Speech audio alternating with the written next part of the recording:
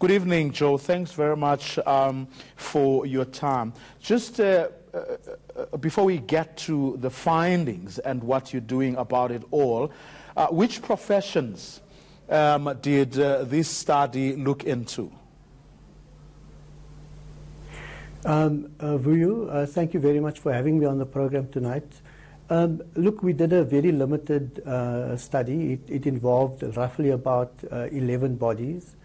And, and it was largely in the kind of accounting, broad accounting fraternity, as it were, and also in a number of, bodies in terms of the financial sector and so on.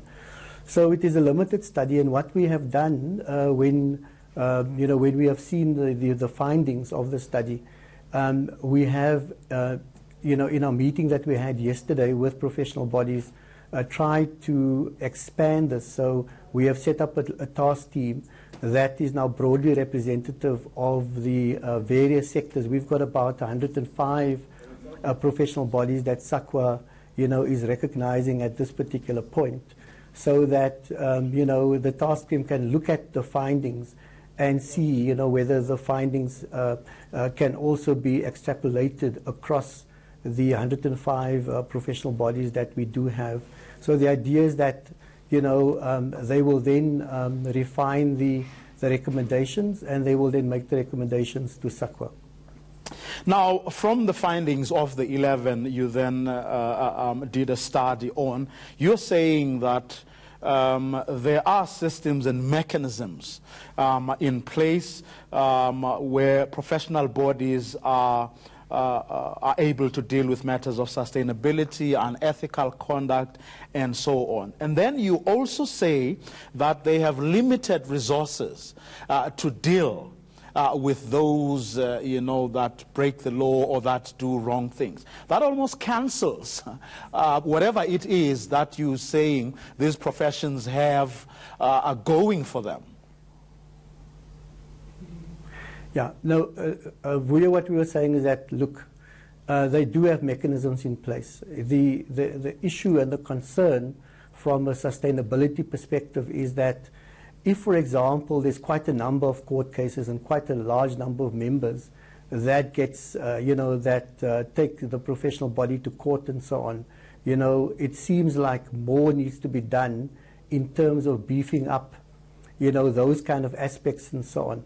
Already in the discussion that we had yesterday, a number of professional bodies, and also in the study, shows that what some professional bodies do to deal with this question about these huge legal costs is that they would take out insurance, as a way of trying to assist and so on.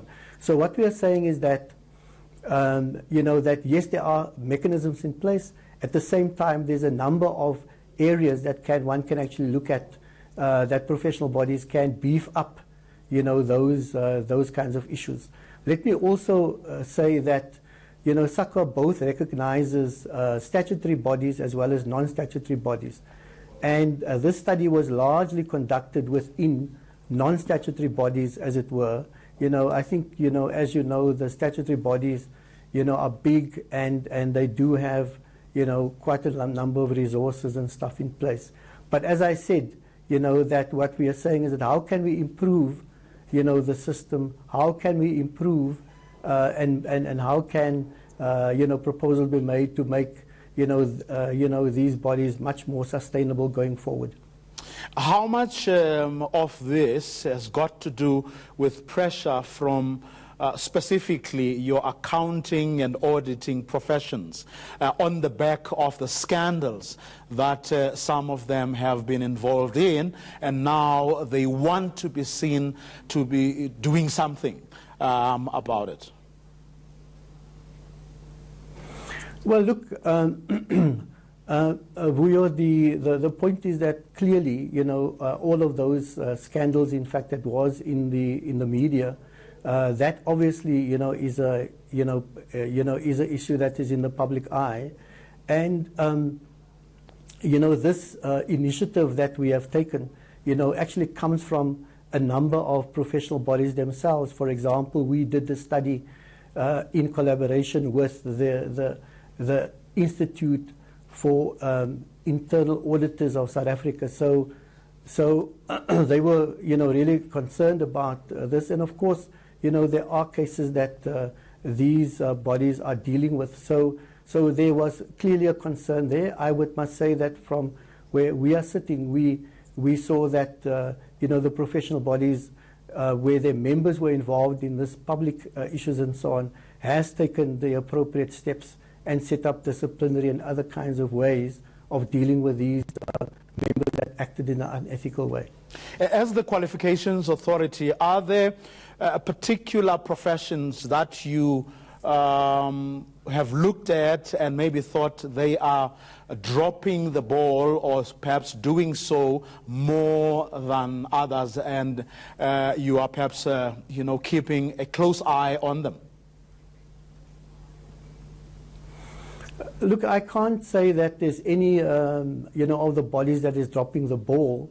However, when it becomes known to us that there are members that act in unethical ways and so on, what we do is, one of the criteria that we use for the recognition of professional bodies is to look at the criteria. One of the criteria, in fact, is that professional bodies must have a code of conduct in place.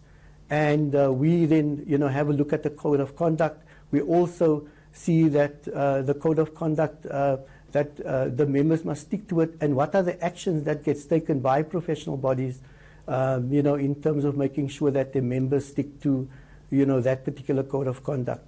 So in general, the accounting profession has been in the news, and so, it is something that obviously we are looking at.